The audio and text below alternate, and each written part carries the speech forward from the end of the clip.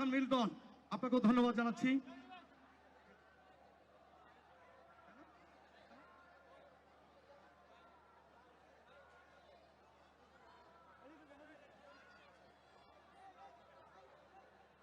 আমরা সুন্দর সুশৃঙ্খলভাবে আমরা সারিবদ্ধভাবে এসে মাননীয় প্রধানমন্ত্রীর হাত থেকে আমরা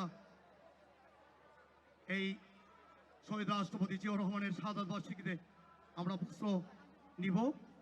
আমরা আমাদের পর্যাপ্ত বস্ত্র আছে, আপনারা অবস্থান করবেন, আপনাদেরকে আমরা সবাই হাতে হাতে দিতে পারবো।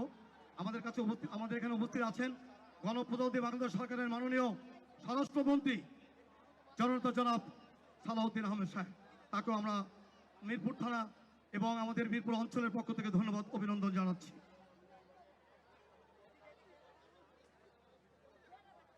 আমাদের এখানে আরো উপস্থিত আছেন ব্রিগেডিয়ার জেনারেল শামস, মাননীয় প্রধানমন্ত্রীর সামরিক সচিব, স্যারকেও ধন্যবাদ জানাচ্ছি আমাদের মিরপুরে আপনার অবস্থানের জন্য।